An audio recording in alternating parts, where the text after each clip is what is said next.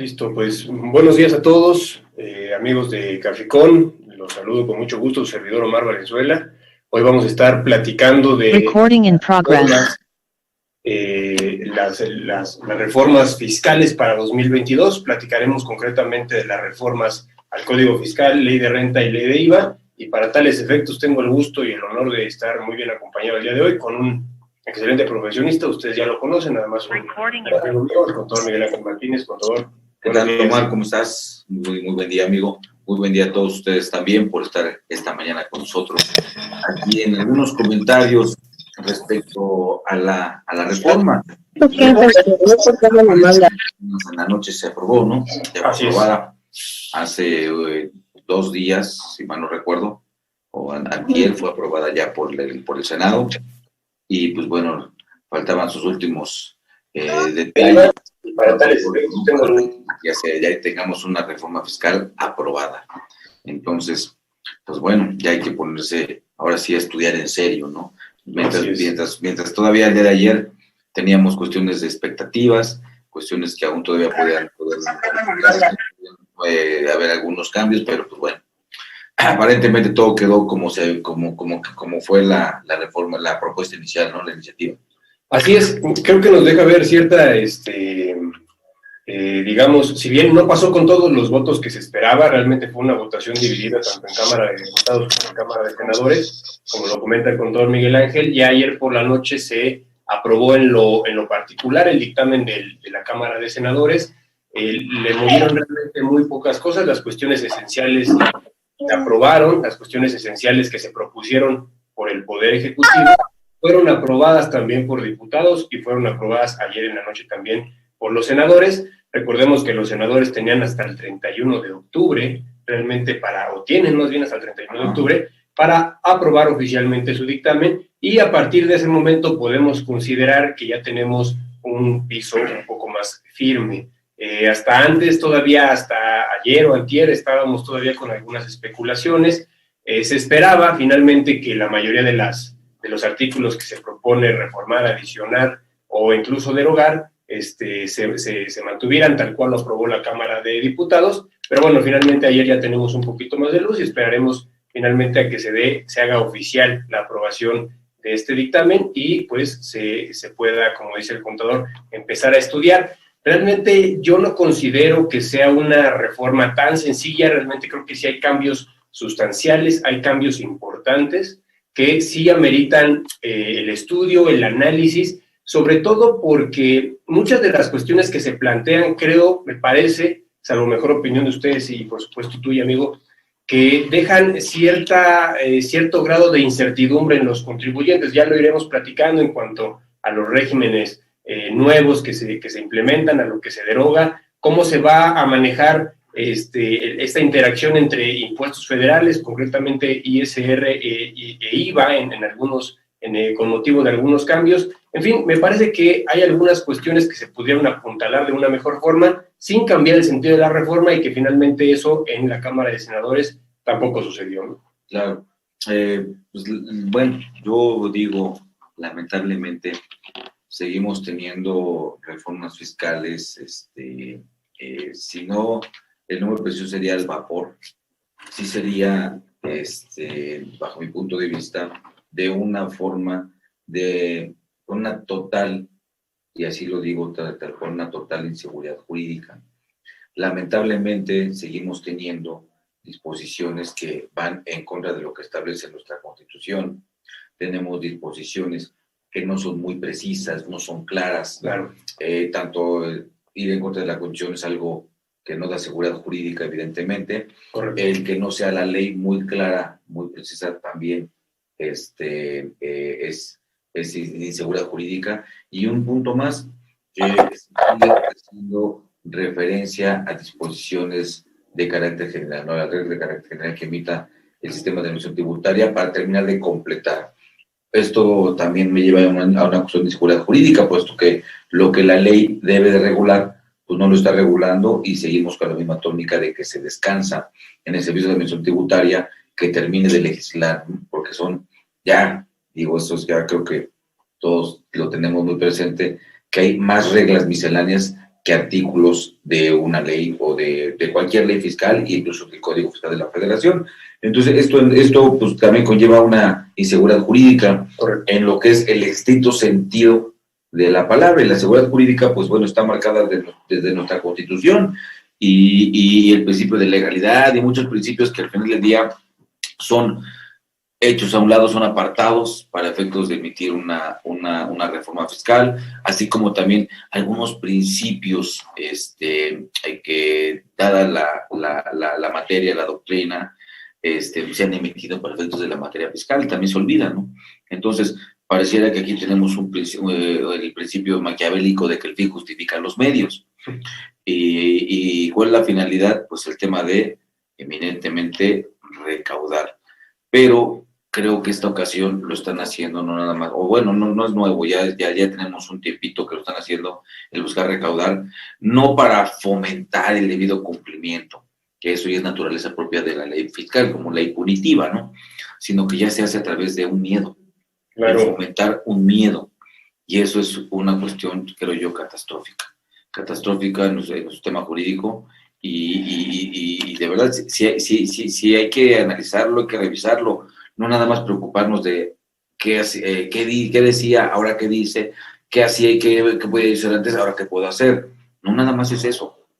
También tenemos, creo que dentro de toda la situación profesional, tenemos que también, como un principio esencial que se ha perdido, el siempre ver las disposiciones fiscales también a la luz de la Constitución, a la luz de sus reglas de derecho fiscal, ¿sí? Y a la luz de la claridad, aun cuando no quiere decir que el lenguaje que usen conlleva a una cosa que no se aclara, ¿no? Correcto. Son cosas diferentes, ¿no, amigos?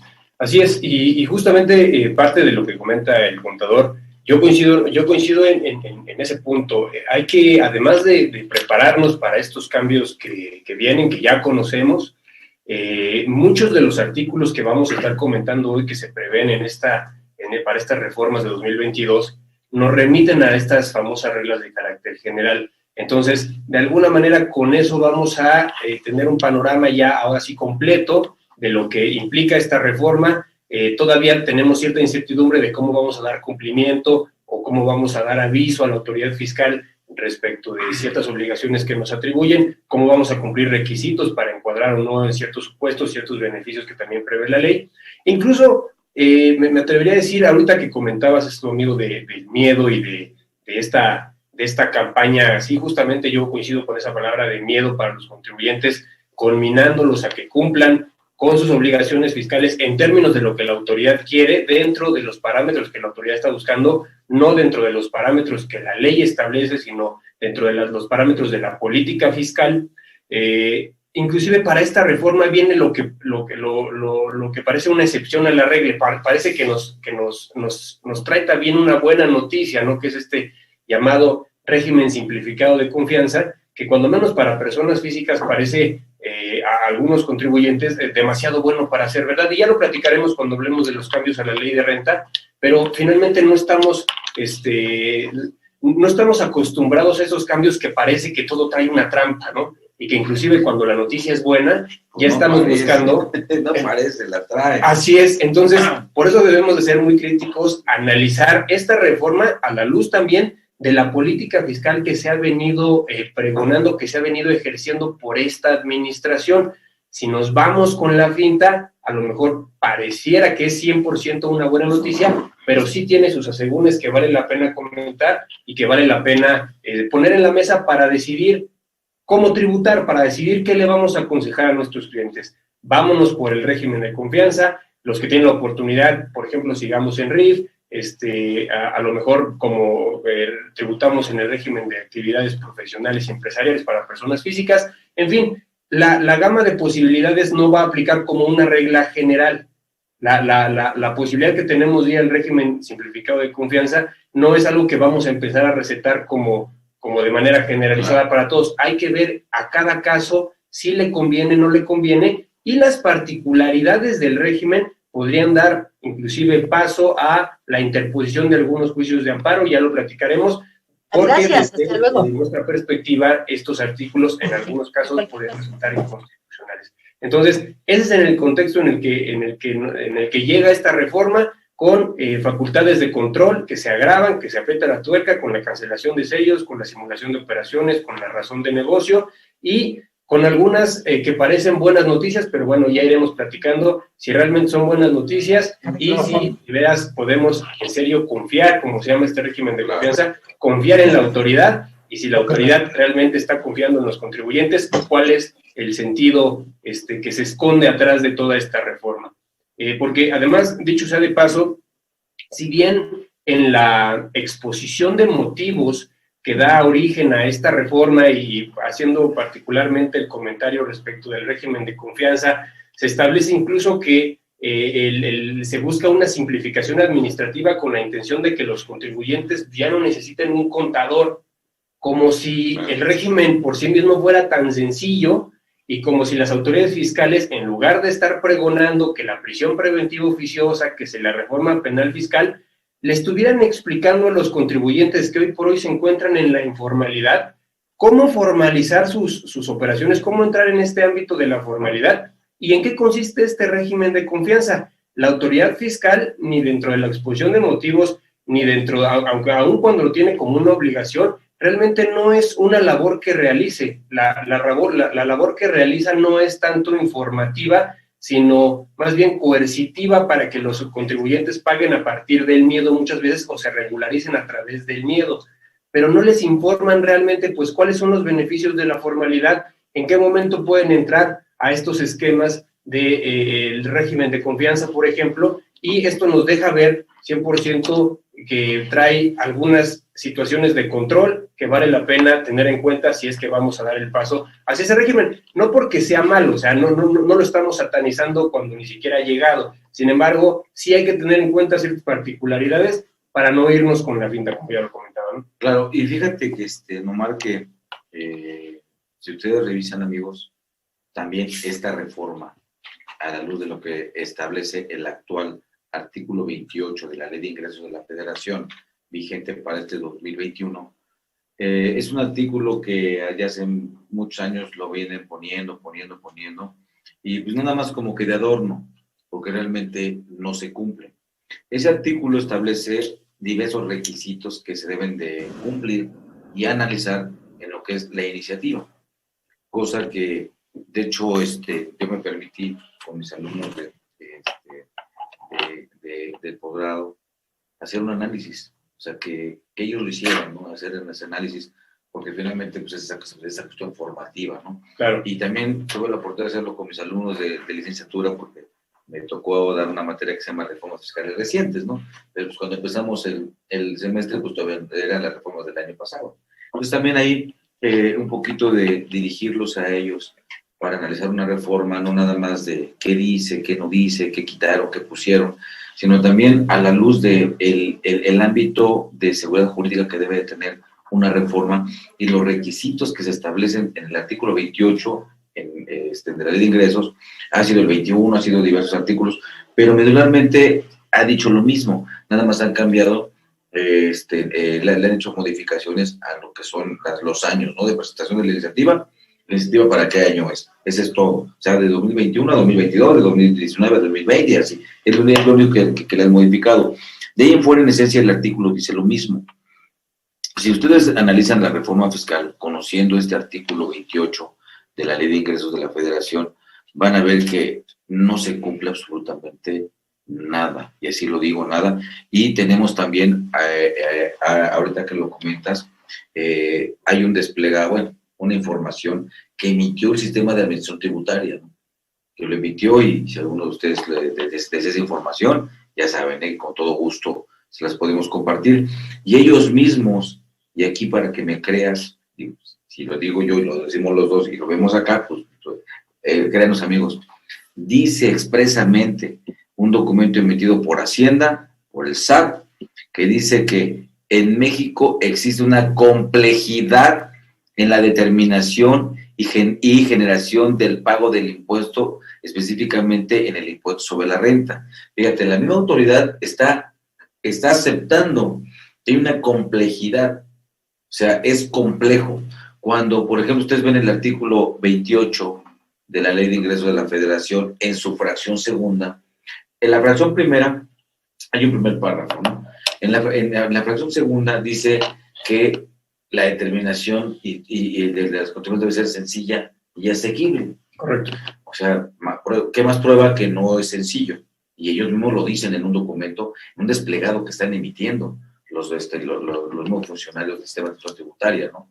O sea, como que no entiendo, por eso es rato que tú comentabas el tema de que no satanizamos el esquema, ni mucho menos, pero tampoco creamos que es así como lo están estableciendo, ¿no?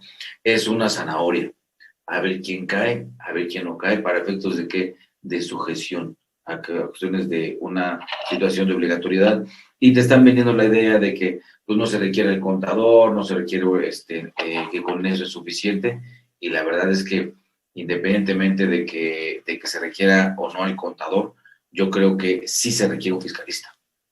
Claro. Eso sí se requiere. Un fiscalista sí se requiere, en el régimen que esté. Ya no nada más el contador, a lo mejor ahí, con todo debido respeto y siguiendo esa lógica que ellos manejan, pues sí, a lo mejor el contador no, pero un fiscalista sí.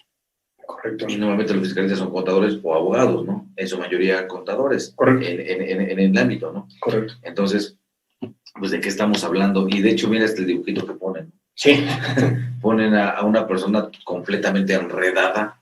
Esto que ponen acá es para justificar y promover la alternativa de utilizar este régimen simplificado de confianza, no para personas físicas. Así es, y mira cómo yo creo que sí, incluso escuché algunos contadores bastante molestos por la manera en que fueron, vamos a llamarlo así, golpeados con esta reforma, cuando menos con lo que se establece en la exposición de motivos, porque por un lado, para el régimen de confianza, el régimen simplificado de confianza, en la exposición de motivos dice que se busca evitar la contratación de servicios por un contador.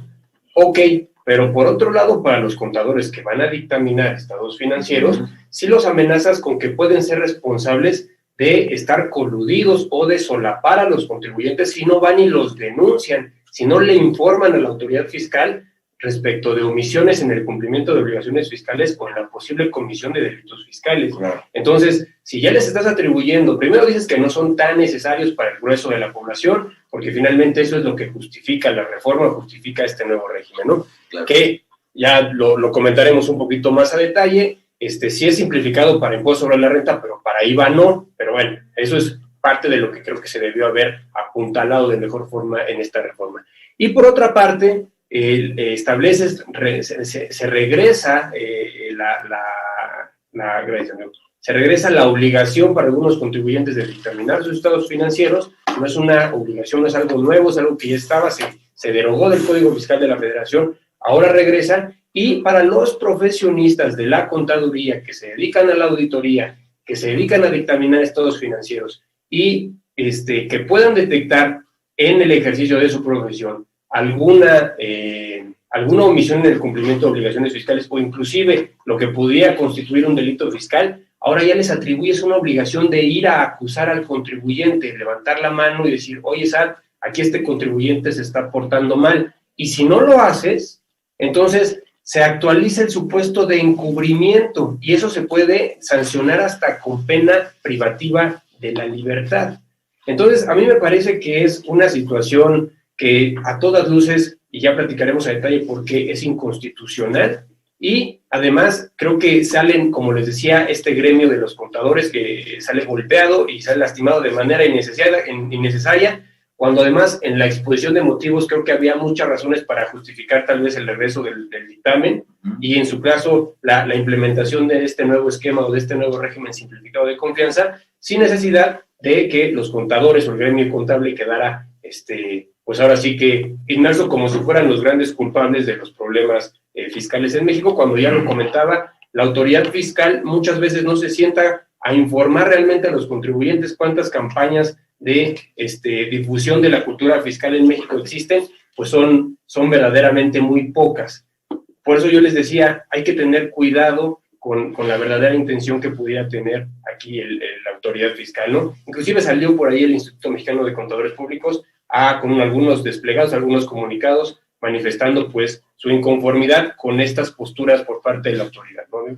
Por supuesto, la verdad es lamentable que el gobierno establezca una cuestión como esa, aun cuando, por ejemplo, el contador es quien va a poder calificar un delito por la presente comisión. O sea, eso es imposible. No olvidemos que está el artículo 21 constitucional, que establece que eso es una cuestión encomendada al Ministerio Público, y los actos de fiscalización son de la autoridad. Correcto. El auditor no es autoridad. Así es. Y la patente que lo otorgan, es una patente que es un registro, que es para efectos de demostrar una cuestión de capacidad para dictaminar, correcto, no para estar buscando cuestiones penales. Así incluso creo que todos lo sabemos, aun cuando, bueno, su servidor, yo no dictamino, pero muchos amigos, muchos colegas que sí dictaminan, se establece que en los dictámenes no se está buscando el tema de encontrar fraudes ni cosas como esas, se está buscando ver la veracidad de la información contable, claro, y el debido cumplimiento de una obligación fiscal, en donde, por ejemplo, un caso muy particular que puede vivir un contribuyente, en donde tiene una interpretación de la ley y a lo mejor la tiene sustentada por una opinión de algún técnico, un abogado, un contador, pero el auditor dice que no, a su punto de ver, y cree que porque esa disposición está omitiendo el pago de impuestos, amigo, entonces quiere decir que todos los en concreto tenemos que establecer que si el artículo 108 del Código Fiscal de la Federación establece que ya sea la omisión total o parcial, sí, es delito de defraudación fiscal, oye, entonces cualquier diferencia que se emita tendría que ir a decir, oye, para yo cuidarme como auditor, pues mejor vengo a decir que está en la posibilidad. Imagínate. ¿Por qué? Porque por la simple razón de que encontró diferencias, punto, ya con eso es suficiente. Así es. ¿No se requiere más? Sí. La verdad es que no se requiere más. Entonces, ¿qué va a hacer la autoridad por efectos también del tema de la revisión secuencial, ¿no? Claro. Oye, si hay diferencias, ¿en dónde está tu reporte? No nada más el tema de las diferencias, se pagaron o no se pagaron, pero si hubieron diferencias es que tú encontraste algo que es indebido, que ubicó al contribuyente en un supuesto de delito de defraudación fiscal, que es el 108, punto. Con eso tenemos para todos, según yo. Sí. Con eso digo, ya si específico, si usó alguna figura jurídica indebidamente, como una cooperativa, un fideicomiso, es otra cosa. Al final del día, hubo una diferencia de contribuciones, entonces, sobre ya un ejercicio declarado, entonces, ¿qué quiere decir? Que omitió impuestos a la luz de lo que puede determinar el auditor. Correcto. Entonces, ya estoy en el supuesto de que hay defraudación fiscal. Sí. Digo, de que me coloco, ¿estás de acuerdo? O sea, tú como abogado, ¿no? O sea, sí, porque además el tipo penal de defraudación fiscal se puede entender tan amplio, o sea, quien con uso de engaños, ¿no? Artículo 108, nos estamos refiriendo particularmente a ese artículo, primer párrafo. Quien con uso de engaños o aprovechamiento de errores son dos conceptos simplemente, subjetivos. ¿Qué es un engaño y qué es un error? Claro. Y ya si desde ahí nos ponemos a pensar lo amplio del concepto, omita total o parcialmente el pago de una contribución, claro, o aplique un beneficio indebido en perjuicio del fisco federal. Pues bueno, como lo comenta el contador Miguel Ángel, yo coincido 100% con su opinión, ahí cabe todo, ahí cualquier omisión que se detecte sería ir a denunciarla ante el SAT como la probable comisión de un delito fiscal. Claro. Entonces, finalmente ni siquiera es parte de las funciones que debe cumplir un prestador de servicios independiente. La autoridad fiscal ha venido aumentando y agravando el ejercicio de sus facultades de comprobación y sus facultades de control. La autoridad fiscal es quien finalmente debe detectar la comisión de delitos fiscales, detectar el incumplimiento en el... Constitucionalmente, perdón que te interrumpa, pero constitucionalmente es su función. Nadie más la puede hacer. Exactamente. Que durante muchos años ha buscado descansar, por ejemplo, en el auditor, por ejemplo, en los contadores, porque también, si tú sabes algo, tienes que decir, pero, oye, ¿cuál va a ser tu conocimiento de por qué una empresa hizo que soy cosa, no? Claro. Tienes que meterte a conocer todo el punto. Ahora, no olvidemos que las normas y procedimientos de auditoría establece que son revisiones, ¿sí? Y ninguna es al 100%, ¿eh? Por procedimiento, siempre son a un porcentaje de que del alcance de la revisión, ¿no? Claro.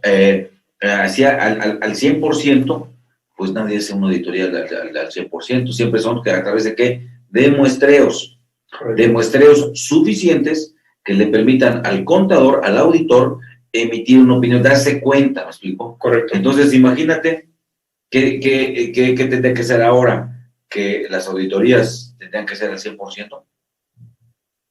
Pues yo reitero, creo que esta postura inclusive contraviene la independencia que debe de tener el auditor al momento de ejercer sus atribuciones como profesionista. Creo que es una medida que sobrepasa el grado de responsabilidad que debemos de tener como profesionistas.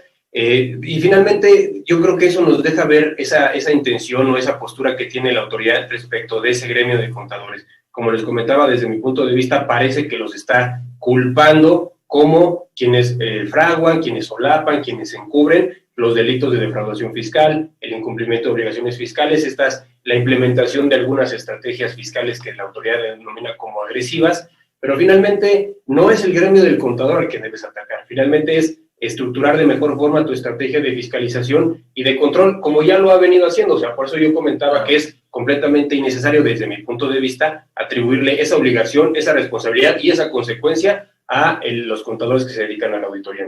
Claro, y aparte que pues vamos a suponer que nadie haga nada. Dos cosas importantes. Una, tú ya la mencionaste, la independencia mental. No, ahora voy a andar, ¿sabes qué? Pues ahora sí, como decimos coloquialmente, ¿no? con pies de plomo, en estar cuidando, en estar pidiendo, en estar haciendo mucha información, pero ya también me estoy buscando cuidar yo mismo. Exactamente. De que no de que yo no vaya a caer en una situación de que me vayan a decir que me estoy coludiendo con un acto delictivo en materia fiscal. O sea, eso, perdóname, te elimina gran parte de lo que es la independencia mental. Uh-huh. Y segundo, el tema del costo del dictamen. Oye, pues ahora voy a tener, resulta que por emitir un dictamen puedo tener efectos de carácter penal. Imagínate, o sea, el riesgo que también estás teniendo, incluso de no haberte dado cuenta. Porque ¿qué pasaría si la autoridad hace el dictamen? Aplica la secuencial que conocemos coloquialmente, ¿no? La revisión secuencial. Sí. ¿Sí? Y de total que cuando llega a ejercer facultades, resulta que encontró algo, te va a echar culpa a ti por no haber dicho. Pues digo, finalmente es lo que es el sentido. Sí, entonces, no, creo que el tema de volver a incorporar en ese sentido como obligatorio el dictamen a cierto tipo de contribuyentes, por sí solo, creo que no está mal esa parte, ¿no? Como tú bien dices, lo teníamos y siempre lo hemos tenido y ahora se precisa de una forma un tanto cuanto más, pero el tema no nada más es el tema de dictamen o no, sino todo lo que conlleva. Entonces, si una empresa de esas que tienen esos montos de ingresos, ¿no? que se refiere al artículo 32A del Código Fiscal de la Federación, que se está reformando, sí. Entonces tenemos ahí una situación delicada. ¿En qué aspecto? Esas empresas son las que presumiblemente hacen planeaciones fraudulentas. Correcto. Presumiblemente, y eso es la verdad. Por eso el tema de esquemas reportables. ¿Vale? Ahí está el tema de esquemas reportables, porque siendo honestos y tomando el estudio que ellos mismos hicieron, amigo, ellos hicieron un estudio y que las empresas, porque tanto porcentaje de empresas que son las menos, ¿no? Las menos que tienen altos ingresos, pues por eso sacaron ese famoso régimen de confianza, régimen simplificado de confianza para personas morales, y porque ahí va a caber la mayoría de las personas morales. Entonces, la mayoría de las personas morales no hacen planeación. La minoría es la que hace planeación. La minoría es la que hace planeación, que son esos grandototes que están siendo presuntamente casi tratados como delincuentes. Y les voy a comentar por qué salvo tu mejor opinión. Sí, oye, entonces resulta, a lo mejor un principio muy esencial, como en casa, ¿no? En casa, si yo tengo al hijo bien portado y al hijo no bien portado, o sea, a lo mejor voy a dejar más sueldo por sus conductas, por su actuación al bien portado, ¿no? No tengo que cortarlo para que haga la tarea, ni para que se porte bien, ni haga sus quehaceres, ¿no? Y al mal portado, pues tengo que estar encima de él para que haga la tarea, encima. Entonces, siempre voy a presumir que él me miente. La tarea, ya la hice. A ver, si el otro me dice ya la hice, yo digo, ya la hizo. Sí. Y sin ir tan lejos, ¿no? A lo mejor, y no porque sean necesariamente sean mal portados, porque sean malos niños, no. Yo te puedo decir mi ejemplo en casa, ¿no? Yo le puedo decir a preguntarle, Axel, oye, hijo, ¿ya hiciste tu tarea? Y si me dice que sí, yo confío. ¿Me explico? O sea, porque sí la hizo. Pero Sofía, no. Oye, ¿ya hiciste tu tarea? Sí, a ver, vamos a verla, ¿no? Y digo, no me gusta hablar de niños, o sea, no quiero resultar grosero o peyorativo. No, simplemente pues conocemos a su gente, cada uno a su gente, ¿no? Entonces resulta que pues, a la pequeña pues toca ponerle ¿qué? Claro, en muchas cosas, ¿no? En muchas cosas. Es lo que está pasando. ¿Por qué tanta vigilancia a esos? Sí, ¿Por qué esa política fiscal en el sentido de que ese principio que tenemos en el derecho, el principio de la buena fe, ¿dónde está? Sí, estoy de acuerdo. Oye, tengo cuántas facultades de comprobación. ¿Vale? Medularmente para revisar a cualquier contribuyente, tengo las visitas domiciliarias. Sí. Las revisiones en las oficinas de la autoridad que llamamos revisiones de gabinete. Sí. Tengo las revisiones electrónicas. Sí. Oye, tengo esas facultades. Además, estoy poniendo el tema de los esquemas reportables. Además, una bola de obligaciones de forma con tantas declaraciones informativas, ¿no?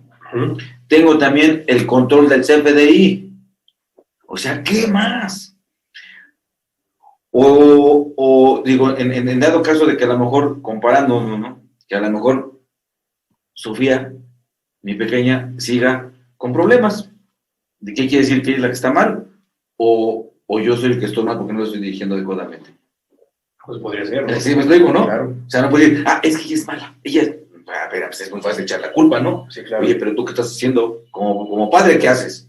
Así es. ¿Sí me explico? No puedes levantarte la mano y decir, no, es ella. ¿Estás de acuerdo? Sí, claro. Entonces, es lo mismo. O sea, ¿qué está haciendo entonces el Estado? Y muchas cosas nos lo dejan ver en este documento que, bueno, es un documento de información pública, ¿no? No es nada oculto. Insisto, amigos, si ustedes desean ese documento, con todo gusto, nada más díganos, por favor, y se los hacemos llegar para que analicen, ¿sí? Para que analicen qué dice la autoridad y qué razonamiento se está dando, en donde nos deja ver muchas cuestiones de su política fiscal y nada de cuestiones de seguridad jurídica y que de verdad se busque la recaudación y cosas como esas, ¿no? Que esa es la parte formal, ¿no? Correcto. La parte formal, es como cuando dices, te acuerdo, me dices, vas a ver, y le das una sonrisa, pero con la manita así, ¿no? Y ya sabe lo que le pasa, le va a tener un castigo, ¿no? Así es. Entonces, lamentablemente así es. Entonces también el Estado, ¿qué está diciendo? ¿Quién lo está queriendo decir con tantas cuestiones de control? ¿Está asfixiando? ¿Está provocando que se vayan capitales? Podría ser, sí puede ser. ¿Está provocando lo que ya vemos en todos los lugares, que cierre tanta empresa? Independientemente del tema de la pandemia y la cuestión económica, que ya sabemos que desde antes de la pandemia la economía estaba por los suelos y se vino a complicar más con el tema de la pandemia, y ahora con esto todavía se complica más. Así es. ¿Dónde está esa visión de un gobierno en el cual, a través de las cuestiones fiscales, que tampoco digo que estoy hablando, no, tampoco estoy hablando de eso, estoy hablando de que establezca cuestiones reales, concretas, y sí que sea enérgico al establecer una sanción, pero con seguridad jurídica. Correcto. Pero con el principio de la buena fe. Y aquí también hago ese llamado, porque no nada más es cuestión también de las autoridades, también de los contribuyentes, porque también de los contribuyentes apenas les das tantito y ya queremos hacer cosas indebidas, ¿no? Ahí tenemos tan sencillo el tema de la compraventa de facturas, ¿no? Que en esta reforma fiscal se sigue entendiendo y se sigue poniendo más medidas de control para esos efectos, porque aunque tengamos 69B, dicho pues, como conceptualmente, todos sabemos que es 69B, sabemos que no ha parado, sabemos que se sigue haciendo. Correcto. Y sabemos que se seguirá haciendo. Siempre hay una forma de buscarlo hacer, pero eso no lo hacen Digo, con todo respeto, pues los grandotes no hacen eso, amigo. La experiencia profesional nos ha marcado que esas empresas grandes que les están buscando poner el dedo en la llaga y que te vas a mover, pero con la camisa de fuerza que yo te ponga, ¿sí? No hacen eso. Sí. No sé, como que también el gobierno no ha hecho una buena investigación. Ellos no hacen eso, ¿eh? Sí, correcto. Ellos sí ocupan cuestiones legales, atendiendo el artículo 5º constitucional, ¿no? Que te puedes dedicar al alto oficio, por eso que más como es siendo lícitos, y hacen acciones lícitas, ¿me explico? Y la revisten bien y todo se ven que al Estado no le gusta, bueno, ¿qué te puedo decir? Sí, claro. Y creo que, bueno, finalmente coincido, y creo que dentro de esos grandotes a los que nos estamos refiriendo, sí hay de todo, ¿no? También hay algunos pillos que inclusive ya cometen defraudación fiscal, cometen defraudación a la seguridad social, traen ahí un lío que también se tuvo que regularizar con la reforma de abril, ¿no? Para el tema del outsourcing. Pero sí, finalmente, creo que el sentido de cuando menos el mensaje que su servidor les busca transmitir en esta sesión es que cuando analizamos una reforma, no nada más son letras y números, finalmente también hay una intención. Y ojo, la intención no es la que se escribe en la exposición de motivos, en lo que conocemos en el documento, que conocemos como exposición de motivos. Eso podríamos tomarlo como un parámetro, podríamos tomar como un parámetro de la intención que la autoridad quiera hacer pública, con la intención política que podría tener esta reforma. Pero ojo, inclusive ya el Poder Judicial ha resuelto que cuando hacemos una interpretación de las normas, no necesariamente tenemos que partir de la exposición de motivos, y no necesariamente la exposición de motivos viene a ser, digamos, distintivo entre lo que corresponde a una reforma constitucional o inconstitucional. Claro. Lo que debemos hacer es interpretar sistemática y armónicamente las disposiciones nuevas a la luz del ordenamiento que ya existe. Entonces, esa es, digamos, que una de las primeras sugerencias que queremos hacerles para que todos nos vayamos formando un criterio y podamos detectar cuando una norma es inconstitucional, cuando una norma es excesiva o cuando una medida de control pudiera incluso violar los derechos de los contribuyentes. Claro. Aquí también hay un punto importante, unas reglas importantes del juego, digo yo, para efectos de entender una ley. Y de hecho lo quiero sustentar en el artículo 72, inciso F de la Constitución, en donde ese artículo nos dice que en la interpretación, reforma o derogación de leyes y decretos se observarán los mismos trámites establecidos para su formación. No olvidemos que es la Constitución. La Constitución tiene una interpretación y aplicación extensiva, no es como la materia fiscal de aplicación estricta. Y ahí es donde yo puedo decir, en la interpretación, reforma o en la interpretación de leyes, tengo que observar los trámites que se hacen para su formación. En la exposición de motivos encontramos dos puntos importantes, que es la ratio legis y el bien jurídico tutelado. Son cosas importantes que debemos de saber para poder entender adecuadamente una ley. Ahí donde este criterio que está saliendo, pues a mí como que no me convence mucho por esa razón, ¿no? Entonces, ¿en dónde voy a encontrar y por qué la ley dice eso? Claro, sí, y mira, finalmente la respuesta que se da por parte del Poder Judicial, y fíjate que yo ahí sí coincido, digo, cuando recibimos esos comentarios de que nada más nos las pasamos dándonos la razón, creo que en este punto a lo mejor sí hay dos opiniones distintas, y creo que las dos tienen su justificación, ¿no? Ya el contador les dio su justificación constitucional, y finalmente yo en este criterio del Poder Judicial sí coincidiría en cuanto a que como exposición de motivos, entendida esta desde mi punto de vista, o sea, esto estoy hablando yo, Omar Valenzuela, esa es mi opinión, ese es lo que se escribe para que políticamente, para que mediáticamente, vamos a llamarlo incluso, un cambio pueda ser aceptado, para que yo pueda justificar un cambio, cuando la intención real pudiera ser otra y el efecto pudiera ser otro, y por eso dice el Poder Judicial, vamos a encontrar la respuesta a si un artículo es inconstitucional o no, se encuentra dentro de los parámetros permitidos por la Constitución o no, en la interpretación armónica de las leyes, en la interpretación sistemática. Por más que a lo mejor en alguna exposición de motivos se establezca, por ejemplo, que la entrada en vigor de un régimen simplificado es para evitar la contratación de un contador, yo podría decir a lo mejor de la interpretación que ya tenemos, incluso de las tasas efectivas de impuestos sobre la renta, para mí, aunque no lo diga la exposición de motivos, yo podría decir, lo que está buscando realmente la autoridad es que todos los que se encuentran en la informalidad lleguen a la formalidad, estén unos años tributando. Reitero, es mi opinión, eso no lo dice en ningún lado, esa es, digamos, la interpretación que yo hago de todo esto. estén los contribuyentes tributando y diciendo, oye, como persona física, pues voy a pagar más hasta el 2.5 de impuestos, sí. Entonces, pues no voy a ocultar ningún ingreso, que es lo que pasa muchas veces con personas físicas, ¿no? Y con personas morales también, pero remitiéndome particularmente a personas físicas.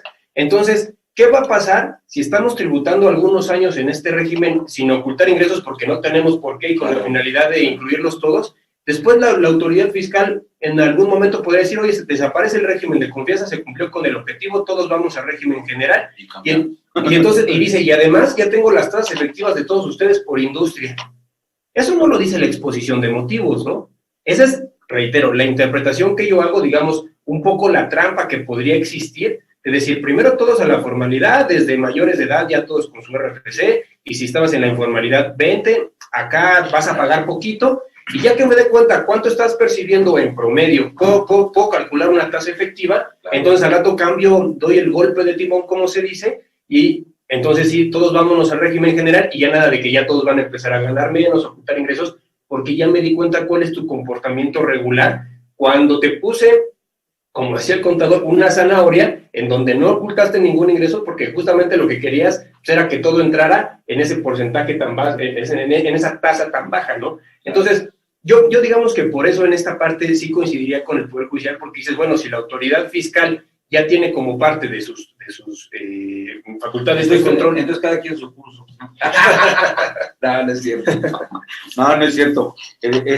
Igual sí estoy. Yo estaría parcialmente, amigo, de acuerdo. Te voy a decir por qué. Sí. Así de forma tajante, bueno, ya lo comenté, ¿no? Esa es mi opinión, igual insisto, mi opinión. No es ni verdad absoluta ni nada de eso. Nada más doy mi fundamento y mi sustento. Claro, ¿vale? Claro. Pero, por ejemplo, mencionaste ahorita el tema de los los mayores de edad que tienen que inscribirse al registro de contribuyentes, ¿no? Pero fíjate, en materia fiscal es una reforma al artículo 27 del Código Fiscal de la Federación, propuesta que aparentemente ya está aprobada, pero bueno, los mayores de edad tienen que inscribirse, ¿no? Pues la suscripción. Pero también se establece que no es para pagar impuestos. Y también dice que no va a haber multa. Entonces, a ver, tantito. En materia fiscal tenemos un principio que es el principio de la ley perfecta en materia fiscal. Bueno, en todas las materias, pero me quiero referir al de la materia fiscal, ¿no? Correcto. Que como leyes punitivas, ¿sí? La materia fiscal, para que se cumpla el 31 fracción cuarta de la Constitución, que es que todos los mexicanos, sí, cumplamos con la obligación de contribuir, ¿de qué forma te obligan? Si no te ponen repercusiones, ¿no? Correcto. Entonces la ley te marca la obligación, la ley te marca la repercusión y la ley te marca la sanción. ¿Sí? ¿Estamos de acuerdo? Sí. Ese es el principio de la ley perfecta para considerar que una obligación realmente es obligación. Sí. La ley me dice la obligación. La ley me mencionó, tengo la obligación de inscribir las tablas de contribuyentes. Segundo, no me establece qué pasa si no cumplo. Correcto. Ni tampoco hay una sanción. Cuando yo tengo una obligación, tengo obligaciones formales y materiales, de fondo o de forma. Sí. Si yo incumplo una obligación de fondo, de derecho fiscal material, tengo una repercusión que voy a un delito fiscal. Y si es un delito fiscal, llevo privación de la libertad. ¿Estás de acuerdo? Sí, sí. Principio de la ley perfecta. Si es una obligación de forma, entonces tengo la obligación contenida en ley, tengo la repercusión, que es una falta administrativa, y tengo la sanción, que es una multa, una privación, una clausura de negociación o confiscación de bienes, ¿no? Medularmente. Sí. ¿Estamos de acuerdo? Sí, estamos de acuerdo. Ahora, en este caso, donde tengo una obligación y no hay ninguna repercusión, ¿cuál será el sentido de eso? No fue lo que dijeron, ¿eh? Así es, exactamente, no fue lo que dijeron. Entonces, en algunos puntos, es que esto de la materia fiscal de verdad es padre, es apasionante, porque no podemos confiar en todos los principios que se deben de dar. No podemos confiar. ¿Por qué? Porque aquí en México no están respetando. No se respetan. Por eso yo digo que se legisla de una forma irresponsable, a mi punto de vista, bajo un punto del deber ser, ¿sí? Creo yo. Así como quiere el Estado que seamos nosotros cumplidores con todas las obligaciones que nos marcan, pero sí, ellos son los que ponen el desorden. Claro. Sí, incluso creo que el tema, y digo ya finalmente para también ir entrando en materia, el tema de promover un parlamento público abierto, invitar a expertos o a quienes se ostentan como expertos, a, digamos, fomentar la participación y finalmente tomarlo como un requisito más dentro del el proceso legislativo en la Cámara de Diputados, como se fue dando. Creo que es hasta una burla, ¿no? Que vayan los profesionistas, los expertos, preparen una ponencia, preparen un análisis y al final digan, sí, todo es muy interesante, muchas gracias, y finalmente, pues no se toma en cuenta. O sea, si bien se pone en el dictamen, perdón amigos, si bien se pone en el dictamen, pues bueno, finalmente, ¿de qué sirve esa opinión de contadores, abogados, empresarios que dices, oye, esto que estás poniendo sí me va a pegar y te lo justifico así? O sea, no vengo aquí a decir, no quiero pagar impuestos, vengo aquí a decir, lo que estás intentando trae una repercusión, o aclárame cómo lo voy a hacer, o dime, cuéntame la historia completa, pero de una vez. Entonces, finalmente, todos ese tipo de digamos, desatenciones al momento de legislar, yo considero que también en muchas ocasiones es una irresponsabilidad porque no se toman en cuenta estas voces y parece que lo que sale del Palacio Nacional pues es lo que es y nada más, ¿no? Es pura demagogia, y te lo digo por vivencia propia. Sabes bien que yo estuve 6 años ahí metido, buscando el tema de las reformas fiscales en la Comisión en la Cámara de Diputados como asesor por parte de la parte académica vinculado con la Facultad de Contaduría y Administración, y no yo, otros profesores también, y también de la Facultad de Derecho, y la verdad hicieron trabajos extraordinarios. Este régimen a mí no me llama la atención porque no es nuevo, ya fue propuesto antes, nada más que no le hicieron caso. Con lo que tú dices, trabajábamos en las mesas, se llamaban las mesas de trabajo, se llamaban las mesas de trabajo y habían temas a desarrollar. Y todo el mundo trabajando, se hacían las presentaciones, y supuestamente se iba a presentar al Congreso. Señores, lo que se presentaba al Congreso no era nada de lo que se había trabajado, lo que estás diciendo. Y eso, vivencia. Y la verdad, si tuviera 6 años, no fue porque me gustara tanto, ni que me estuviera viendo la cara de tarugo, sino es el ánimo, y de muchos más, de muchos maestros más, puedo mencionar a Raúl Flores, al maestro Rojo Chávez, al maestro Luis Guillermo Delgado, varios más, Augusto Ferencia Gardi, puedo mencionar a varios que estaban ahí haciendo labores importantes, trabajos de verdad, propuestas con todo lo que se tiene que hacer, ¿sí? Hasta con la exposición de motivos elaborada, para efectos de donde se mostraban los beneficios, las memorias de cálculo que menciona el artículo 28, último párrafo que les mencioné de la ley de ingresos, que ¿dónde están en la iniciativa? No están. Sí, simplemente no están. Entonces, cuando el 28 dice que deben de darse la memoria de cálculo para que lo analicen tanto diputados como senadores, y simplemente eso no está. Y tantas cosas que no están, por eso les pido con ese artículo. Y este esquema, de veras, ya había sido propuesto. Si mal no recuerdo y si la memoria no me falla, creo que fue un tema elaborado por el maestro Raúl América Flores, que paz descanse. Fue hecho el esquema, una cuestión así para personas físicas, y no las tablas que no entiendes por qué límite inferior, límite superior, y por qué después de un centavo ya te vuelves más rico, y para más impactar. O sea, una lógica que quién sabe quién la hizo, de lo que son las tablas que tenemos hoy vigentes, sí, que se han ido descomponiendo más, pero era una cuestión como esta, igualito. Te digo, me acuerdo porque pues estábamos ahí todos y nos pasábamos información, no para decirme lo que estoy haciendo, sino, oye, ¿qué opinas?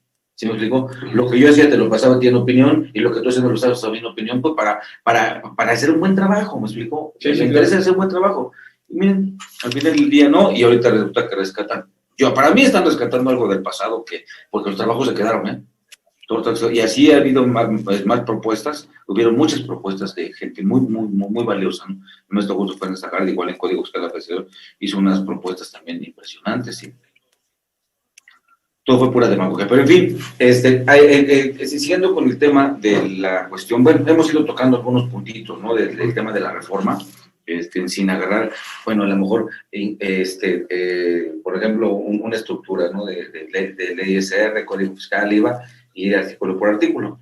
No sé, se me hace un poquito más dinámico el tema de que nos vayan saliendo los temas. Estábamos tocando este régimen de simplificado de confianza, que para personas físicas es optativo, ¿no? Así es, para personas físicas es optativo. Finalmente, La ley en los artículos, perdón, la reforma en los artículos transitorios sí establece algunas reglas, sobre todo porque con esta implementación, con este nuevo régimen, con esta adición, perdón, del artículo 113 y los subsecuentes a la ley del impuesto sobre la renta, se deroga también el régimen de incorporación fiscal. Entonces, dentro de los transitorios se establece que quienes quieran permanecer en el régimen de incorporación fiscal y todavía tengan vigentes algunos años, que inclusive también es un punto de análisis, si en 2014 planteaste un régimen para que dure cuando menos 10 años, y en el año, ¿qué vamos? 6, 7, 8, ¿no? Más bien, sí. Lo cortas, bueno, también nos habla de cierta intención, ¿no? Eso es lo que platicábamos un poco de que va el análisis y que no funcionó exactamente. Entonces dice, bueno, vamos a derogar el régimen de incorporación fiscal. Y todos los que se inscribieron hasta el 31 de agosto pueden continuar, el 2021, por supuesto, podrán continuar con el régimen a la luz del periodo de permanencia a lo que se refiere el artículo 111, si no me recuerdo de la ley de... Como que, sí, entonces, como si se está reconociendo un derecho creado, ¿no? Como si lo estuviera reconociendo un derecho creado, que no es tanto así. Así es. Y entonces dice, si tú no presentas tu aviso, que también es una situación a analizar, amigos, si yo ya estoy en un régimen, si yo estoy tributando en términos de lo que la ley establece, el régimen que hoy por hoy está vigente, porque hoy lo demás, lo que tenemos ahorita, es una propuesta de reforma, son dictámenes aprobados, pero no tenemos derecho positivo, no tenemos una entrada en vigor a 2021, ¿no? Ni que también tiene que ver con la publicación de la versión, que sería la oficial. Ah, sí, exactamente. No tenemos ni la publicación. Bien. Entonces, para los contribuyentes que hoy por hoy están en RIF, dice el artículo transitorio que se deberá dar un aviso hasta el 31 de enero de 2022 si tu intención es permanecer en el RIF. Que ya desde ahí yo tengo la crítica que me merece este artículo es que si yo ya estoy aquí, más bien te debería avisar que me quiero cambiar al otro, no que me quiero quedar, pero bueno. Entonces, si no damos este aviso, la autoridad dice, podrá o no, que no dice deberá ni lo hará, no dice podrá, hacer los ajustes, cambiarte de régimen al régimen de simplificado de confianza. Ahora, aquí tiene también otra arista. El artículo transitorio se refiere a los contribuyentes, da un trato distinto a los contribuyentes que están en RIF hasta el 31 de octubre y uno distinto a los que están a partir del 1 de septiembre de 2021. ¿Por qué? Dice, si tú estás hasta el 31 de octubre hacia atrás, podrás continuar con el periodo de permanencia que establece el artículo 111, es decir, tus 10 años, y deberás considerar que vas a pagar los impuestos en términos de la ley del impuesto sobre la renta vigente en 2021. Es decir, esta ley, digamos, que se paraliza en el tiempo y queda, se hace perpetua hasta que termine tu régimen de RIF, ¿no? Hasta que regue tu periodo de RIF, perdón. Pero si tú se te hizo tarde, no llegaste el 31 y llegaste el 1 de septiembre, tú nada más podrás tributar en RIF de septiembre a diciembre de 2021 y después se hará el cambio, la autoridad podrá hacer el cambio al régimen simplificado de confianza. Desde mi punto de vista, y esto lo pongo en la mesa, finalmente, como lo hemos comentado, el derecho es opinable, esa situación, desde mi punto de vista, es inconstitucional. ¿Por qué? Porque lo que hoy tenemos, o sea, no existe una razón justificada para que los que llegaron en septiembre, octubre, noviembre o diciembre no les des el mismo trato que los que llegaron en agosto, junio, julio, el mes que me digan de 2021. Si lo que intenta hacer este artículo transitorio es que los que se vinieron a enterar con la publicación o con el 8 de septiembre del paquete económico decidieran inscribirse en ese momento en el RIF, no me parece una situación que justifique que le des un trato desigual a esos que llegaron a partir de septiembre. El hecho de que tú trates en materia fiscal, y eso seguramente ustedes ya lo conocen, amigos, que le des un trato desigual a dos sujetos, debe estar justificado. Debe obedecer a que su situación jurídica también es desigual. Sin embargo, aquí no existe, en cuanto a la naturaleza y a las características a las características y a los requisitos que debe de cumplir un contribuyente son los mismos en agosto y son los mismos en septiembre. Entonces, ¿cuál es la razón por la cual le otorgas a unos un trato, inclusive una concesión de que tributen los primeros años, que son los más atractivos para RIF, a partir de 2021, que es el régimen que tenemos vigente, y para 2022 ya no le permitas continuar a los que llegaron en septiembre? Desde mi punto de vista, esa situación es inconstitucional, y ahí ¿qué tendríamos que hacer? Si la reforma pasa en los términos, si el artículo transitorio trasciende en los términos que está establecido, que todo parece indicar que sí, hay una oportunidad de que los que se inscriban este año en RIF podamos presentar juicios de amparo indirecto en contra de esta disposición transitoria, buscando que se le dé el mismo trato a los que la ley establece que llegaron hasta el 31 de agosto, ¿no?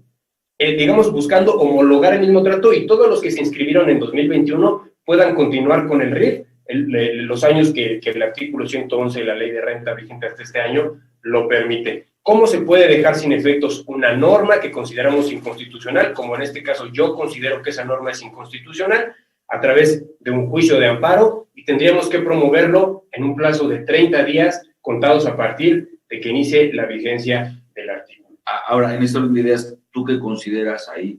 En eso de la violación, al principio, vamos a llamarle del sentido de fracción cuarta, si estoy en lo correcto, el de equidad, ¿no? Que trata igual a los iguales, igual a los iguales, a los desiguales, en función de materia fiscal. Sí, claro. Y la aplicación de lo que establece la primera oración del artículo 14 constitucional, respecto de que no será de efecto retroactivo en perjuicio de persona alguna. Correcto. ¿Crees tú que ahí se esté violentando también ese, o crees que ese no? Yo consideraría que no, porque finalmente el régimen queda derogado. Entonces, cuidado, amigos, cuidado, por favor, porque por ahí estoy escuchando que se le está estableciendo que también como materia de amparo es una violación a la aplicación retroactiva de perjuicio de un contribuyente. No se está modificando septiembre, octubre, noviembre, diciembre, no. Eso van a seguir tributando normalito en RIF. Sí. Si no es que para 2018 ellos tienen un trato diferente. Ellos pareciera que sí es obligatorio cambiarse, ellos no tienen la opción. Ese es el problema. Así es. Ese es el problema, que ellos no tienen la opción. Y aparte es muy claro el artículo, podrán optar, lo dice repetidamente. Así es. Quienes hayan optado, dicen podrán optar. Entonces, ahí el problema está con los del RIF que están ahorita, que también puedan optar por continuar en el RIF o por cambiarse a este nuevo régimen simplificado de confianza, ¿no?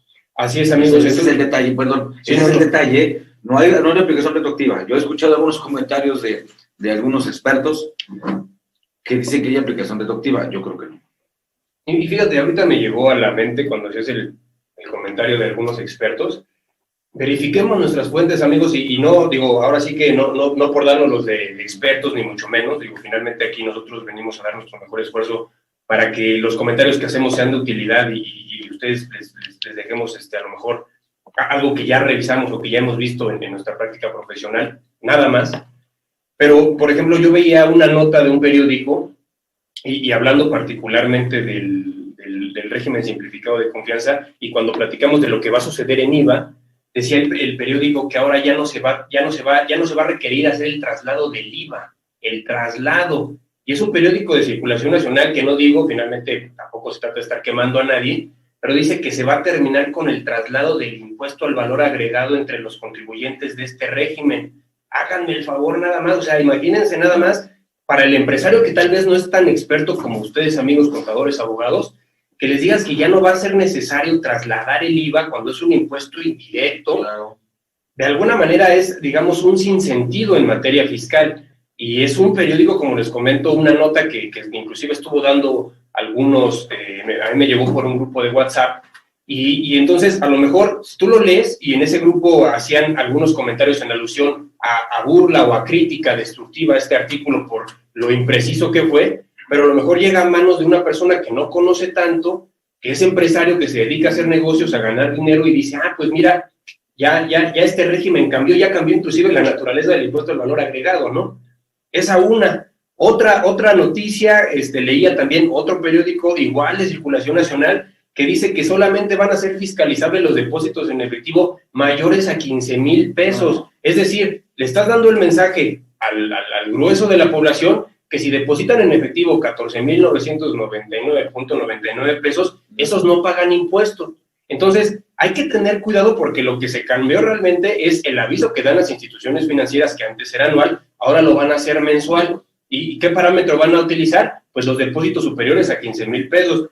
Pero eso no significa que podemos estar depositando cantidades menores en nuestras cuentas bancarias pensando que no son fiscalizables o que se encuentran exentos de impuesto, porque es, como les comento, un sinsentido. Entonces, ahorita nada más aprovecho el comentario para ser muy críticos también con la información que analizamos, inclusive en cursos, en notas, en revistas, porque hay algunos aventurados o algunos periódicos que yo creo que lo irresponsable que hacen es no asesorarse de un experto, de un fiscalista, un contador, que les explique qué es realmente lo que está sucediendo y que el titular sea más informativo que amarillista, ¿no? Claro. Entonces, nada más aprovecho ese comentario que hace el contador Miguel Ángel para sugerirles que, pues, aún y cuando sean periódicos de circulación nacional, muchas veces son imprecisos en la información que llegan a manejar. Claro. Yo amigos, me permito a los que ya tenemos el gusto de haber interactuado en varios cursos, hacerle una sugerencia. Escuchemos, entendamos, pero no creamos, ¿sí? Vamos a convencernos. La única forma de convencernos es revisando con calma, con debida detención, lo que la ley dice. Seguro le vamos a entender, de verdad, se los firmo donde quieran. Yo lo veo con mis alumnos, donde a los de licenciatura, les voy diciendo, bueno, dando las instrucciones, ¿sí? Y ellos van determinando, y después nada más vamos complementando lo que hace falta, ¿no? Claro. En un tubaburos jurídico, bueno, un diccionario jurídico, los principios, explicárselos, es nada más lo que se requiere. Todos tenemos la capacidad, tenemos un gran conocimiento. Es como, por ejemplo, ya hoy día, ya difícilmente un contador, ¿sí?, habla de las cuentas fiscales, las cuentas bancarias fiscales, las cuentas fiscales. Eso hubo un tiempo que sí se manejó, eso era el ¿cómo se llama? Una regla, ¿no?, que todos sabíamos. Sí. Ya a estas fechas sabemos que no todas son fiscales. Entonces, si todas son fiscales, me van a fiscalizar desde un peso que yo deposite hasta 2 millones o 3 millones, al monto que sea que yo deposite. Todo va a depender qué tipo de cuenta tengo, cómo la uso, para ver si deposité un peso, significa un riesgo, o depositar 20 millones de pesos significa un riesgo, como una operación atípica. Eso es lo que está pasando. Así Entonces, si tenemos depósitos casualmente entre 14,000 pesos, ¿no?, cada mes, que muchos llegan a hacer, cada mes, y pensamos que como no llegan a los 15, pues no son fiscalizables. Por supuesto que lo son. E incluso el que sea de manera constante cada mes, pues ¿qué es ese dinero, no? Claro, sí. O sea, también es ese mitigante de riesgo que tienen los bancos, y cae dentro de lo que es nuestra matriz de riesgo con los bancos, con tarjetas de crédito, cuentas bancarias, todo lo que tiene que ver con el sistema financiero, ¿no?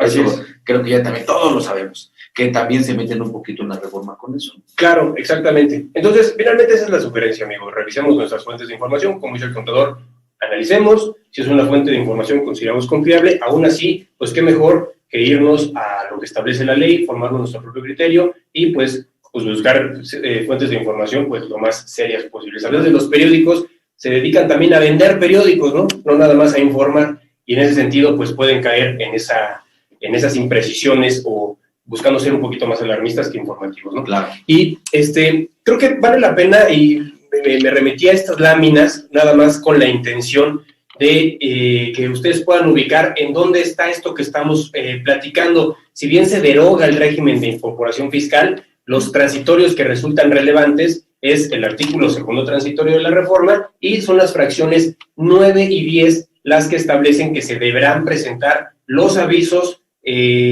al 31 de enero para poder permanecer, aquí se establece, para poder permanecer en el RIF, o en su caso, para hacer la mudanza al régimen simplificado de confianza. Y aquí, estos son los artículos que yo les comentaba, que desde mi punto de vista podrían resultar inconstitucionales, y valdría la pena controvertirlos a través de la vía del amparo indirecto. Reitero, la vía para controvertir estos artículos sería la vía del amparo indirecto, y como es una norma que desde su entrada en vigor me causa un perjuicio, vamos a considerar que es una norma autoaplicativa. Estas son cuestiones precisas del juicio de amparo que probablemente en algún momento, si ustedes están de acuerdo, las platicaremos un poco más a detalle, pero para no desviarnos mucho del tema, significa que una norma autoaplicativa desde su entrada en vigor ya me causa una afectación.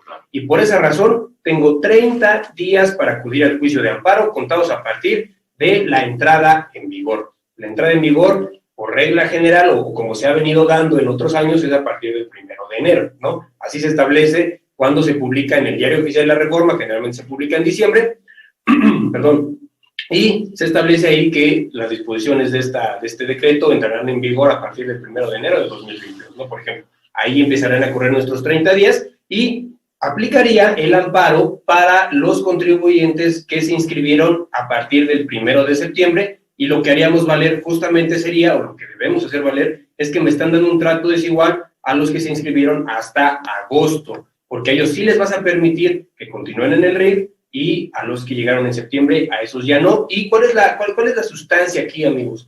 Que no existe una razón para tratar de manera distinta a dos contribuyentes que, por sus actividades, por sus ingresos y porque cumplen con los requisitos del régimen de incorporación fiscal, estás dando un trato distinto por fechas, y la fecha, desde mi punto de vista, no podría, o sea, no pasó algo trascendente el 1 de septiembre que cambie la situación jurídica de los contribuyentes que se quisieron inscribir en el RIF. Desde mi punto de vista, eso es lo que se podría hacer valer para darle un trato igual a todos los que se inscribieron en RIF en 2021. Oye, amigo, sí. Y si, por ejemplo, yo ya era RIF, régimen de incorporación fiscal, pero estaba en el hecho jurídico, no en el acto jurídico, y a lo mejor voy y solicito mi inscripción al registro de contribuyentes, sí, pero con fecha retroactiva. Me parece que ahí queda una fecha de inscripción, ¿no? Una fecha formal de inscripción. Pero queda cuando yo lo manifiesto. O sea, estoy presentando fuera de término, pero espontáneo, porque no olvidemos que solicitar tu inscripción al registro de contribuyentes lo tienes dentro del mes siguiente. O sea, no es un mes. Si fue en septiembre, bueno, claro, si yo le puse septiembre, pues ya le puse, ¿no? Porque sí fue el mero día que empecé. Pero si fue en septiembre, pero le puse fecha de agosto, de julio, o si voy ahorita y es en octubre, pero yo digo, no, es que yo empecé actividades desde junio de este año. Sí, yo creo que en ese caso, pensando, sí, no, y estoy de acuerdo, creo que finalmente es algo de lo que va a estar sucediendo, porque digo, al final, cuando es muy claro que yo llegué antes de agosto o en septiembre, bueno, creo que ahí el artículo no tendría mayor análisis, pero son estos casos justamente en donde ya la regla general se empieza a tambalear, porque debemos de discernir y decir, bueno, yo me inscribí en septiembre, pero doy que tenía actividades desde enero, ¿no? Y incluso, no olvidemos que el artículo 6 del Código Fiscal de la Federación dice que la contribución se causa conforme se realiza la gestión jurídica, o de hecho, prevista en la ley. Ahora, no olvidemos que solicitar su inscripción al registro de contribuyentes es una obligación de forma o de fondo. Así es. Es de forma, no es de fondo. A lo mejor sí voy a pagar las contribuciones, pero bueno, voy a aprovechar los beneficios del régimen. Vale la pena valorarlo. No es ninguna trampa, no es ningún truco. La ley me lo permite, que yo venga a hacer mi inscripción con fecha retroactiva. Y lo hice, no fue requerimiento de autoridad, fue de manera voluntaria, 73 del Código Fiscal de la Federación, pues no hay multa, no hay nada. Y yo vine solito a ponerme en orden y presento mis declaraciones, como tú dices, desde enero, porque desde enero empecé, nada más que pues, yo no había venido a estudiar mi inscripción, era un pecador, fiscalmente hablando, vengo a curar mis pecados, vengo a ponerme a mano, y me inscribo, pero digo que empecé desde entonces. En ese caso, yo coincido con que es una alternativa, valdría la pena explorarla. Si me pongo ahora sí que la cachucha de autoridad, podría decir, no, a ver, el artículo transitorio dice si estuviste tributando, y tú como no estuviste tributando hasta en agosto, o sea, pensando, ¿no? Pensando lo que nos pueden decir, no te aplica el transitorio en esos términos, tendrías que hacer el cambio a régimen simplificado de confianza. Sin embargo, sí tendríamos algunos elementos de defensa para decir, bueno, pónmelo por escrito y esa resolución que considero que me causa un agravio en materia fiscal es susceptible de impugnación. Y más que nada, si yo llevo y les presento mis declaraciones de enero, febrero, o sea, todas mis declaraciones que sí estuve tributando desde enero o con una fecha anterior, además, no voy a agarrar agosto, desde julio, ¿sí me explico? Estoy tributando. O sea, Sí, claro. ¿qué debo entender como tributando? Tributar no es inscribirse. Acuérdense que también en términos fiscales, la misma autoridad te puede inscribir. Te puede inscribir al registro de contribuyentes cuando tú no lo hiciste. Eso está previsto también. Sí. Y te va a inscribir desde la fecha, o sea, te va a cobrar el pasado. No te va a decir, ya te descubrí, estás haciendo esto. Bueno, de aquí para adelante. No, ¿verdad? Te agarras desde el pasado. Así es. Y te aplica presuntiva y una bola de cosas. Aquí no va a aplicar, no necesito que me apliques presuntiva. Yo solito vine a poner la mano. Es Claro. lo mismo. Bueno, nada más se los hacemos como comentario. Sí, yo creo que igual están previendo el tema de que como ya muchos lo conocen, vayan a hacer esto. Bueno, pero no me pueden aplicar, ahorita, no podemos aplicar una disposición que no sea ni vigente. Es que ese es el tema. No está aprobada. Justamente ese es el tema. O sea, si tú estás considerando septiembre la fecha, porque a partir de esa fecha puedes considerar que los contribuyentes conocieron los cambios y por eso a lo mejor se viene una ola de inscripciones en el RIF. Ya te desanimaste, ¿no? Sí, pero esa no es una justificación, claro, desde mi punto de vista para tratar a dos contribuyentes de manera desigual. ¿Por qué no dijiste a partir de julio? ¿No? Porque este tema del régimen simplificado de confianza ya se venía platicando desde antes de septiembre, como tú dices, no es algo tan nuevo, es algo que ya estuvo dando como, era un secreto a voces, el llamado radio pasillo, que finalmente se trascendió inclusive hasta algunos foros, ya hay quien desde agosto empezó a dar cursos de régimen simplificado de confianza, en fin, ¿por qué escogiste septiembre? ¿Por qué a partir de septiembre me tratas distinto a dos contribuyentes que tienen las mismas características, inclusive el mismo nivel de ingresos, cumple con los requisitos? Entonces, ¿por qué tratas a uno sí y a uno no? Lo tienes que justificar. El trato diferenciado tiene que estar justificado en un parámetro objetivo y en este caso yo no lo veo. Derechos humanos, discriminación. Sí, no, incluso. De veras. Claro, incluso. Perdón, pero pues todo eso tiene, es de trascendencia. Dice también un buen amigo, el doctor Carlos Burgoa, ¿no? Cuando se le dio mucho auge a los derechos humanos, que es de recientes fechas, ¿no? Claro. Un par de años para acá, decía, es que ahora los derechos humanos son como cuando se inventó la catsup, ¿no? A todo le quieres poner catsup, a todo le pones, bueno, pero pues están las imposiciones, ¿no? Claro. Bien, un comentario que les quiero yo hacer, amigos, es que estamos haciendo comentarios de lo que es la iniciativa, lo que es la reforma. Si contamos con la confianza aquí de Caficón, ya prepararemos ya un curso específico de la reforma, que incluso no creo que tenga que ser en un día, digo, para verlo a detalle y que quede más claro los puntos, pero yo diría que sería ya una vez aprobada, ¿no? Sí, una vez publicado en el Diario Oficial de la Federación, teniendo esa certeza. Incluso, sí, lo platicábamos aquí con Caficón, lo platicábamos también tú y yo, amigo, para irnos punto por punto, ahora sí que artículo por artículo, no acabamos ni en una ni en dos sesiones. La reforma es extensa, la reforma tiene estas particularidades, así viéndola de manera superficial, si bien hemos aterrizado algunos puntos, creo que nos va a llevar un buen tiempo, y ya yéndonos al detalle de qué haríamos, inclusive algunos ejercicios de cómo podríamos proyectar y cómo le podríamos sugerir al cliente uno u otro régimen, pues creo que nada más para el régimen simplificado de confianza nos llevaremos una sesión de personas físicas y una sesión de personas morales. Entonces, es por eso que lo venimos manejando de esta forma, ¿no? Para que tengan ese contexto general de la reforma. Y nada más para concluir con lo que establecen los artículos, estos artículos transitorios que estamos platicando, las disposiciones aplicables para IVA y IEPS y las disposiciones de la Ley de Ingresos que se encuentran previstas para régimen de incorporación fiscal, si tú te inscribiste en términos de transitorio hasta agosto, las podrás seguir aplicando. Es decir, esos artículos de la Ley de IVA, Ley de IEPS y Ley de Ingresos también se mantienen, digamos, que se congelan en el tiempo, así como se congela el régimen de incorporación fiscal para estos contribuyentes. Las cuentas bancarias. Así como se congelan también las cuentas bancarias.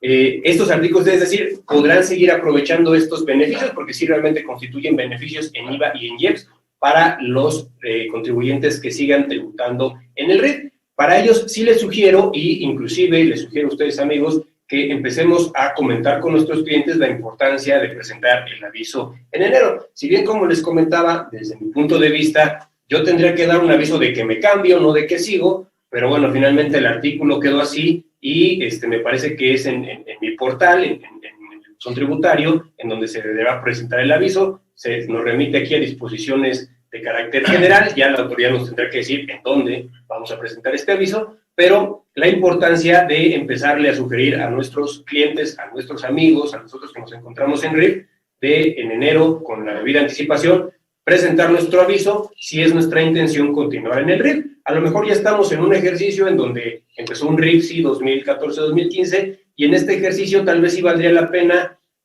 ponderar si le conviene seguir tributando en RIF, o a lo mejor si le conviene pasar al régimen simplificado de confianza, porque, pues bueno, finalmente el régimen simplificado de confianza nos da un rango de ingresos mayor, que son 3,5 millones, distinto al RIF, que son 2 millones, y pues la tasa aplicable a los ingresos brutos cobrados en régimen simplificado de confianza. A lo mejor si hacemos una comparativa, y creo que es parte de los servicios que podemos estar también prestando, hacemos una comparativa, le podemos ya dar con cifras, con una expectativa a los contribuyentes, cuál sería el régimen que le resultaría claro, más favorable, ¿no, amigo? Claro, y también vale la pena mencionar que, bueno, ya empezamos a ver, por lo menos con este dichoso aviso, que yo no le doy razón, simplificación administrativa.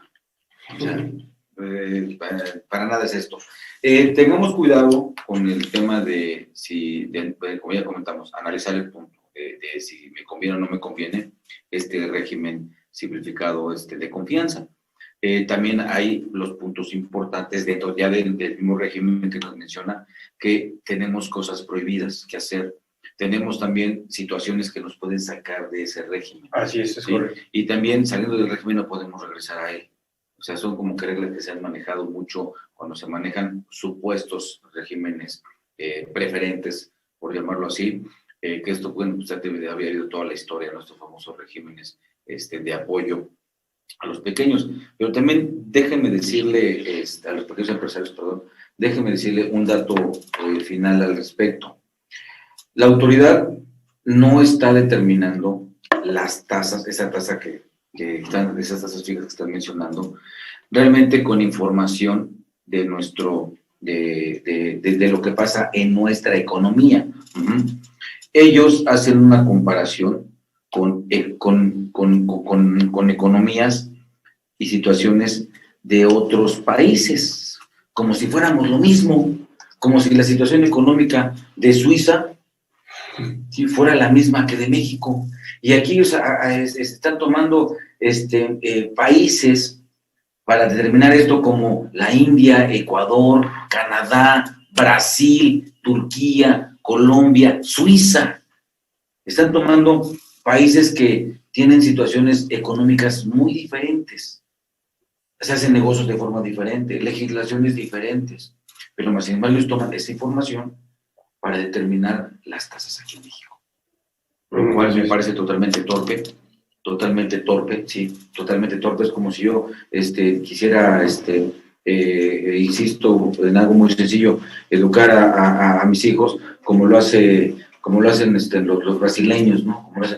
Pues no, tienen que ver muchas cuestiones, la cuestión económica, la cuestión de idiosincrasia, la cuestión legislativa, cómo son las leyes aquí en este país, cómo se comprueba un gasto en Suiza, a cómo se comprueba aquí con el CFDI, ¿no? Allá no hay CFDIs, ¿me explico? Sí existen documentos cibernéticos, por supuesto que sí, pero no los CFDIs como aquí, con tantos requisitos que si viene manchado de una mancha cibernética, o si le faltó algún requisito, ya no es deducible. Las autoridades fiscales tienen otra mentalidad, no las mentales que tenemos aquí, porque eso no lo valoran para determinar, ¿no? Claro. Sin embargo, están tomando información de otros países para poder determinar las tasas que van a aplicar. Entonces, desde ahí tenemos severas complicaciones, porque no también toman las conductas de esos países, que en algunos casos llamamos de primer mundo, para determinar. Ahora, toman a Turquía, o sea, no he sentido tantos como un turco, ¿no? Por ejemplo, yo no tomo clientes turcos. Dice el dicho, bueno, el chiste más bien, no el dicho, el chiste, ¿no? Sí, entre un árabe, en un negocio, entre un árabe y un turco, ¿quién es el que gana, quién pierde? ¿Quién? No sé. ¿No? Pues el fisco. No, el turco en el árabe, no, por favor. O sea, no me digan que Turquía es el mayor recaudador de impuestos, ¿no? Por favor. Digo, yo lamentablemente tuve contacto con alguno de ellos. Tuvimos hasta acciones del gobierno de Turquía, que nos andaba buscando, ¿no? Como te intereses, ahí nos vemos. Eso fue hace mucho tiempo y con unos plateros de Tasco, ¿no? Así pasa, así es. Entonces, estamos tomando esos ejemplos, no puede ser. La verdad es que no puede ser. Entonces, de repente tomas a un Superman, de repente tomas el sistema fiscal de Suiza.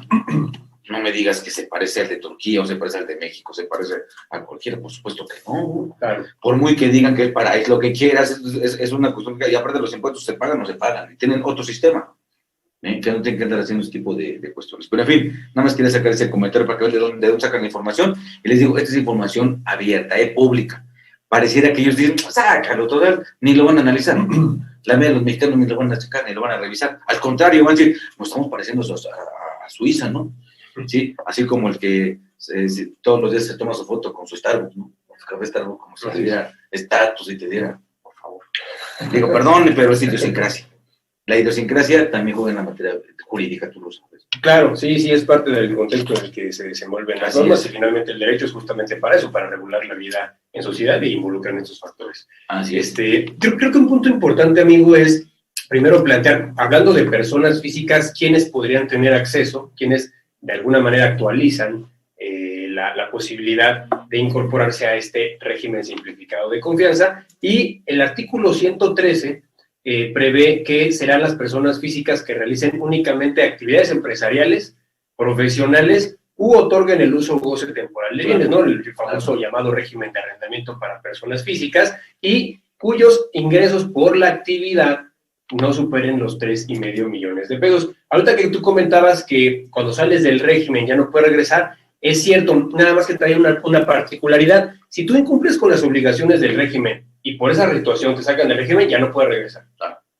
Pero si tú rebasas en un ejercicio los 3,5 millones de pesos, al siguiente mes ya tributarías en el régimen que te tocan. Sin embargo, si en un ejercicio completo regresas a estos, cuando mucho, 3 millones de pesos, al siguiente sí podría regresar. Entonces, el hecho de no volver es por un tema de incumplimientos, por un tema de rebasar los ingresos, ahí sí podría regresar. Sin embargo, en términos de lo que establece la ley, tendrías que esperar un ejercicio. Lo que yo entiendo es, siempre y cuando en el ejercicio inmediato anterior no rebases los 3,5 millones de pesos, que me parece que es una medida un tanto excesiva en cuanto a que para entrar estás partiendo de una estimativa.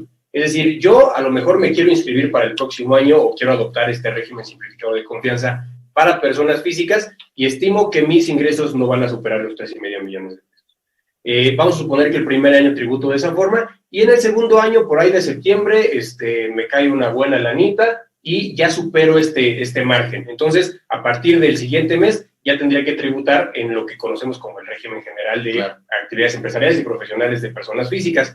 Entonces, lo que establece la ley hasta el momento es que todo el siguiente ejercicio tendría que verdaderamente no rebasar este límite y seguir tributando en el régimen general para que ahora sí, al siguiente, ya pueda regresar al régimen. Me parece que la disposición se podría ajustar, inclusive también creo que podría ser motivo de una impugnación, el hecho de decir, oye, si en un ejercicio lo rebasé, pero yo estimo que para el siguiente no lo voy a hacer porque esta fue una situación excepcional, permíteme en el siguiente volver a y si me vuelvo a pasar, pues bueno, entonces vuelvo a tributar, ¿no? Finalmente, el hecho de que se dé la oportunidad a los contribuyentes de regresar en el ejercicio inmediato posterior a que rebasaron el monto, creo que podría estar justificado. En algunos ejercicios, algunos contribuyentes sí tienen algunas operaciones excepcionales que rebasan su parámetro de ingresos, porque a todos nos ha pasado que un negocio te sale muy bien, o prestas un servicio, o a lo mejor adoptas un cliente más grande, en fin, o a lo mejor cobraste un asunto al éxito, en fin, puedes tener muchas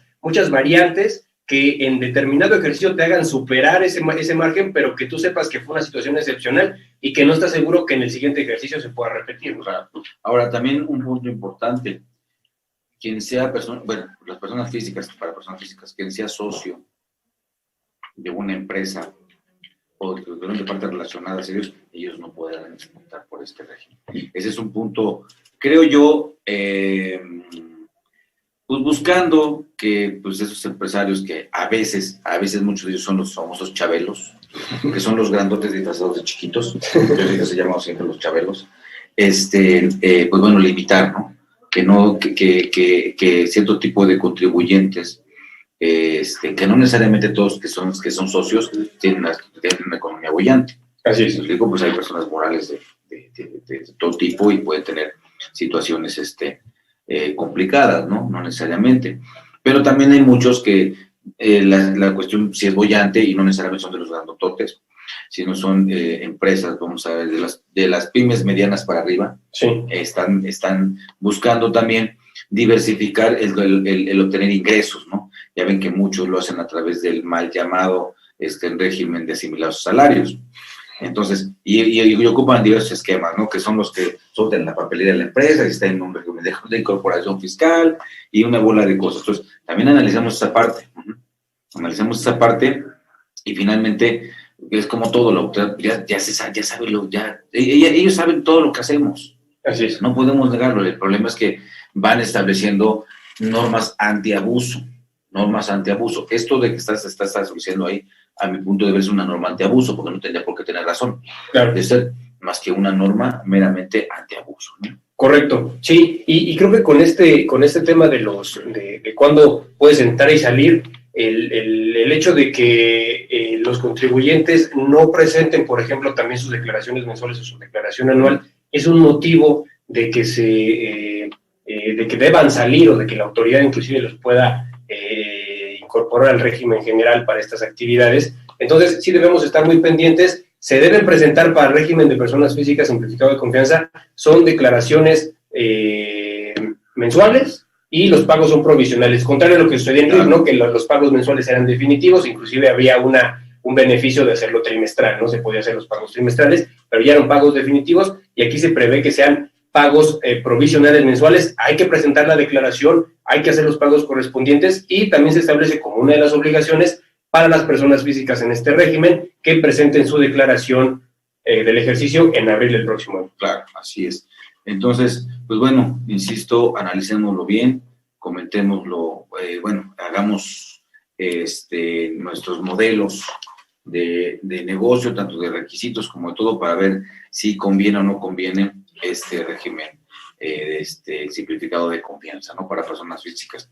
Y, pues bueno, este mismo régimen para personas morales, pues no es optativo, es obligatorio, ¿no? Así es. Fíjate, es obligatorio, pero no se establece en el título 2, sino en el capítulo de beneficios fiscales. Entonces, por ahí ya estuvo un poquito raro, ¿no? Esa parte, digamos que ya cuando te gusta ser muy quisquilloso en el análisis, dices, bueno, lo hubieras puesto en el régimen general, finalmente es un régimen obligatorio, porque para mí un beneficio podría tomarlo o no. Es como lo que sucedía con el régimen de acumulación de ingresos.